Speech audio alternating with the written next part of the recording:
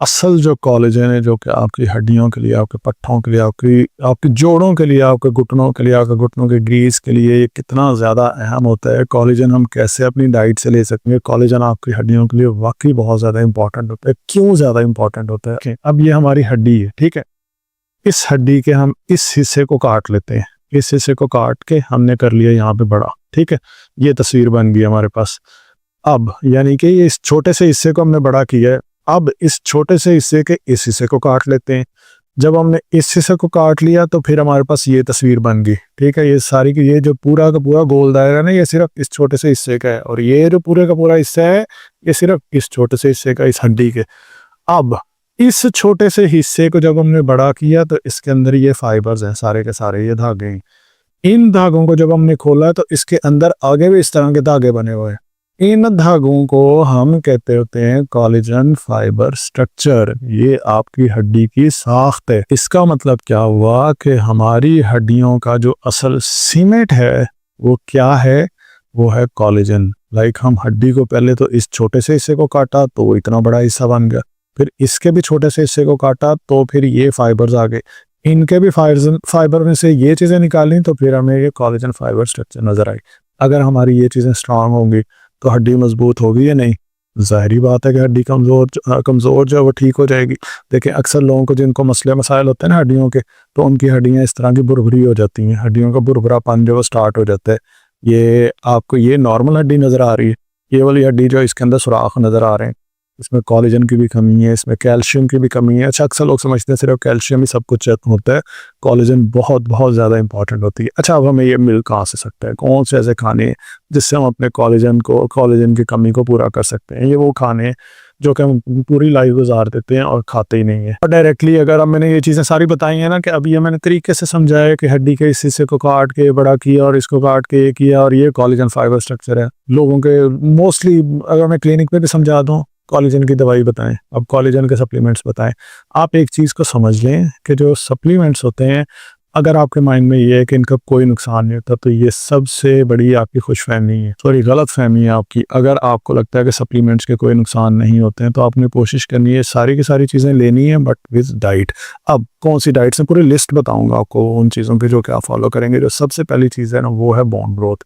हड्डियों का शोरबा ये कोलेजन से भरपूर होता है। अगर आप हड्डियों की यखनी रेगुलर नहीं ले सकते हैं तो 3-3 दिन बाद, 4-4 दिन के बाद, जब भी आपको मौका मिले तो आपने लाजमी लेना। अब मैं आपको ना पूरी पूरी लिस्टें शेयर करता हूँ। देखिए, जो नेचुरल सोर्सेज होते हैं कोलेजन के, आप चाहे इनके स्क्रीनशॉट लेकर अपने पास संभाल के रख लें, तो आप इन चीज़ों को ऐड करेंगे। अब जो सबसे बेहतरीन है ना, जो आप जहाँ पे भी सर्च करेंगे, वो है हड्डियों का सूप, यानी बोन ब्रोथ, हड्डियों की यखनी, ठीक है। इसमें आपको कोलेजन मिलता है। नंबर 2 आपको मिलता था कलेजी में से। हमारी मोस्टली जो खवातीन होती हैं वो कलेजी खाती नहीं है, तो मोस्टली हड्डियों के मसले और जोड़ों के मसले, घुटनों की ग्रीस के मसले फीमेल्स में ही ज़्यादा आते हैं। इसके अलावा आपको जो कोलेजन मिलता है वो मिलता है मछली में से और चिकन में से, और जो अंडे की सफ़ेदी होती है इसके अंदर आपको कोलेजन मिलता है। ये होते हैं हमारे नेचुरल सोर्सेज।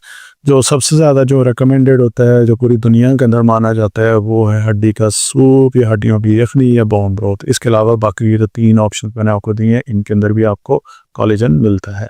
अच्छा, अब ऐसे खाने जो कि जिस्म के अंदर कोलेजन को बनाने में हेल्प करते हैं, लाइक अब इसके अंदर कोलेजन नहीं होता, लेकिन अगर आप ये खाते हैं तो आपके जिस्म में जो नेचुरल कोलेजन है जो आपके जिस्म में बनता होता है, वो बनने का अमल तेज़ हो जाता है।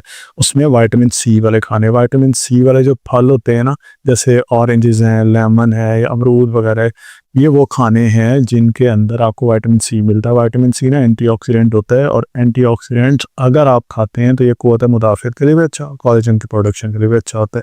इसके अलावा टमाटर, ऐसे लोग जिनको यूरिक एसिड का मसला हो वो अवॉइड करेंगे।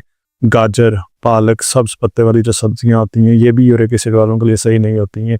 आम रूटीन में अगर आपको यूरिक एसिड का मसला नहीं है ना, तो फिर आप ये ले सकते हैं बादाम, अखरोट, बीन्स, दालें वगैरह जो है, लहसुन, लाइसिन इसके अंदर होता है, ये भी कोलेजन को प्रमोट करता है, इम्प्रूव करता है। तो अब आपने देखना है कि इनमें से ये वाले खाने मैं ले सकता हूँ या ले सकती हूँ, तो आप इस लिस्ट को अपनी तरफ से, आप अपनी मर्ज़ी से ना, इसको मैंने लिस्ट की फॉर्मेट में भी इसीलिए लिखा है कि आप अपनी मर्ज़ी से इसको ऑर्गेनाइज कर सकते हैं। हफ्ते में मैंने एक दिन जो है वो हड्डियों का शोरबा लेना है, और एक दिन मैंने कलेजी लेनी है, एक दिन मैंने चिकन लेना है, या एक दिन मैंने अंडे की सफ़ेदी लेनी है। जिस दिन जो भी मैटर करता है आप वो ले सकते हैं।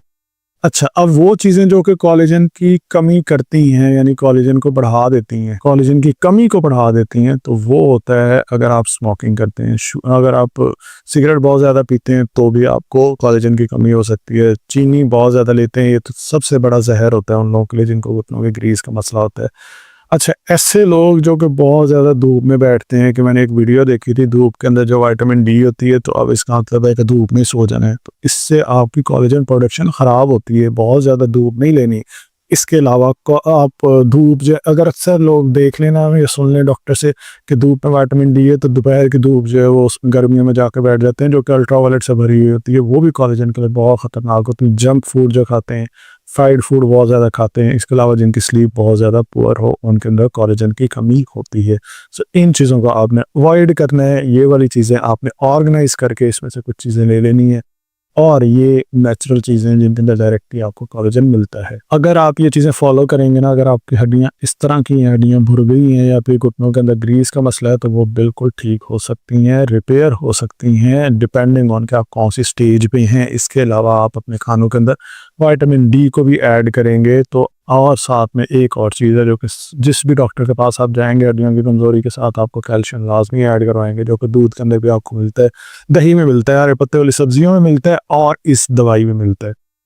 आप समझ रहे होंगे कि मैंने इसे दवाई क्यों कहा है, ये सफ़ेद तिल होते हैं, सेसमे सीड होते हैं, कैल्शियम से भरपूर होते हैं, लेकिन हमने ये चीज़ें नहीं लेनी, हमने तो सिर्फ दवाइयाँ लेनी है। मैं आपको रिकमेंड करूँगा कि इसको एक दफ़ा इस्तेमाल करके देखें, आप देखेंगे आपके जिस्म में कैल्शियम की कमी किस तरह से ख़त्म होती है।